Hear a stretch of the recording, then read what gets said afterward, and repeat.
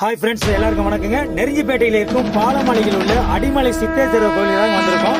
குறிப்பாக நெருஞ்சிப்பேட்டையில் நெருஞ்சி முள் அதிகமாக இருந்ததுனால இந்த ஊருக்கு நெருஞ்சிப்பேட்டை என்று சொல்றாங்க. இந்த கோவிலுக்கு கிழக்கு மாவட்டத்தில் உள்ள மக்கள் எல்லாமே அதிகமாக வராங்க.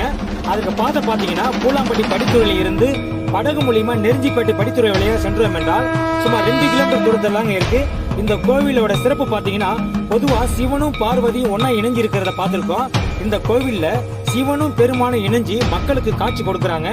எவ்வளவுதான் சிவன் கோவிலுக்கு வந்தாலும் பெருமாளுக்கு தாங்க இங்க பூஜை மற்றும் பூஜை நாட்கள் அதிகமா இருக்குதுங்க.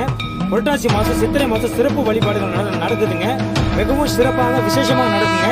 புரட்டாசி மாசம் அதாவது 4வது சனிக்கிழமை பாத்தீங்கன்னா ரொம்ப விசேஷமா இருக்குங்க. மேல்மலை சித்தேஸ்வரர் கோவிலுக்கு இந்த கோவில் வழியா பாதைகள் இருக்குதுங்க.